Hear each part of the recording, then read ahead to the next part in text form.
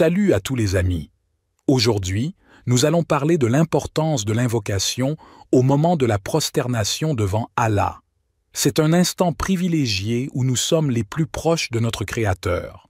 Dans cette vidéo, nous allons explorer différentes invocations touchant les aspects de la maladie, de la richesse, de la patience, de la persévérance et du pardon, ainsi que notre aspiration au paradis. Restez avec nous jusqu'à la fin pour découvrir ces invocations puissantes. L'invocation d'Allah est une pratique spirituelle. L'invocation d'Allah est une pratique spirituelle importante dans l'islam. Les croyants sont encouragés à invoquer Allah dans toutes les situations de leur vie, que ce soit pour demander de l'aide, exprimer leur gratitude ou chercher le pardon. L'invocation est considérée comme un moyen de se rapprocher d'Allah et de renforcer sa relation avec lui. Dans le Coran, Allah dit « Et quand mes serviteurs t'interrogent sur moi, alors je suis tout proche. Je réponds à l'appel de celui qui me prie quand il me prie. Qu'ils répondent à mon appel et qu'ils croient en moi afin qu'ils soient bien guidés. » Sourate Al-Baqarah 2, 186. Ce verset montre que Allah est toujours proche de ses serviteurs et qu'il répond à leurs prières sincères. L'invocation à Allah peut prendre différentes formes, que ce soit à travers la récitation de versets du Coran, l'utilisation de paroles prophétiques ou simplement en exprimant ses besoins et ses désirs avec sincérité. Il est important d'inviter Allah en ayant une foi ferme et une confiance absolue en sa miséricorde et en sa capacité à répondre à nos prières. Lorsque nous invoquons Allah, il est également essentiel de le faire avec humilité et reconnaissance. Nous devons reconnaître notre dépendance à son égard et reconnaître sa grandeur. Allah dit dans le Coran « Invoquez votre Seigneur en toute humilité et recueillement et avec discrétion. » Certes, il n'aime pas les transgresseurs. Sourate Al-Araf 755. L'humilité dans l'invocation démontre notre soumission à Allah et notre désir sincère de rechercher son aide et sa guidance. Une autre pratique importante dans l'islam est le repentir et la demande de pardon. Allah est le tout miséricordieux et il accepte le repentir sincère de ses serviteurs. Le prophète Muhammad, paix soit sur lui, a dit « Par Allah, je demande pardon à Allah et je me repens à lui plus de 70 fois par jour. » Sahih al-Bukhari.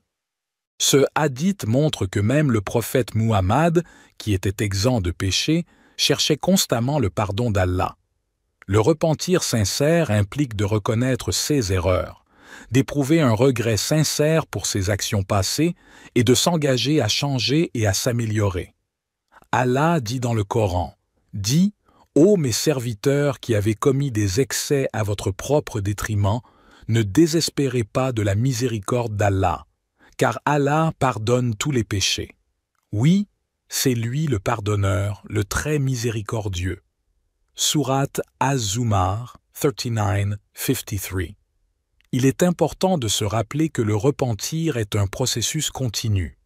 Nous sommes tous sujets à l'erreur, mais Allah est toujours prêt à nous pardonner si nous revenons sincèrement vers lui. Il est essentiel de demander pardon à Allah régulièrement, de s'efforcer de s'améliorer et d'éviter de retomber dans les mêmes erreurs. Chers amis, au moment où nous nous prosternons devant Allah, nous sommes dans un état de soumission totale et de proximité divine. C'est le moment idéal pour élever nos invocations et les présenter à notre Seigneur Tout-Puissant. Pendant cette période bénie, nous pouvons invoquer Allah en se sentant totalement libres, en partageant nos préoccupations les plus profondes. Que ce soit pour la maladie, la richesse, la patience, la persévérance, le pardon ou notre aspiration au paradis, nous pouvons exprimer nos besoins et nos désirs les plus sincères. C'est dans cette posture humble que nous pouvons demander à Allah de guérir nos maladies, de nous accorder une subsistance honnête, de renforcer notre patience face aux épreuves, de nous donner la persévérance dans nos efforts, de pardonner nos péchés et de nous guider vers le paradis éternel.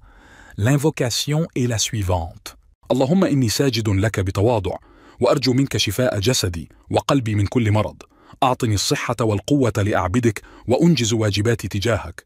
أشفني يا رب وأبعد عن حياتي كل ألم ومحنة. آمين. اللهم إني ساجد لك بالشكر وأسألك أن تمنحني رزقا حلالا مباركا. اهدني إلى وسائل الكسب الحلال وارزقني الرخاء في جهودي. يا رب اجعلني مصدرا للخير للآخرين بفضل الثروة التي تمنحها لي. آمين. اللهم إني ساجد لك معترفا بحكمتك ورحمتك. امنحني الصبر اللازم لمواجهة صعوبات الحياة. ساعدني على الثبات في إيماني وتجاوز التحديات بالصبر والقوة. يا رب ادعمني في لحظات الضعف واهديني على الطريق الصواب. آمين. اللهم إني ساجد لك أسألك أن تمنحني الثبات والعزيمة اللازمين لتحقيق أهدافي. بارك جهودي ومنحني النجاح في مشاريعي.